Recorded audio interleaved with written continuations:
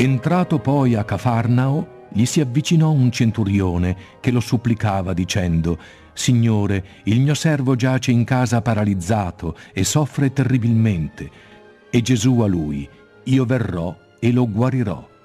Il centurione replicò: «Signore, io non sono degno che tu venga sotto il mio tetto, ma soltanto di una parola e il mio servo sarà guarito.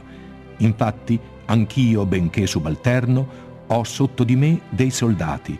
Se dico a uno va, questo va, a un altro vieni, egli viene, o al mio servo fa questo, egli lo fa».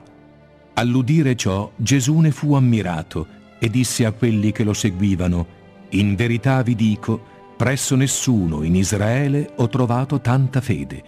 Vi dico inoltre che molti verranno dall'Oriente e dall'Occidente e sederanno a mensa con Abramo, Isacco e Giacobbe nel regno dei cieli, mentre i figli del regno saranno cacciati fuori nelle tenebre esteriori.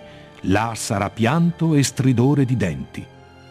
Gesù disse poi al centurione: «Va, sia fatto come tu hai creduto». E in quell'istante il servo guarì.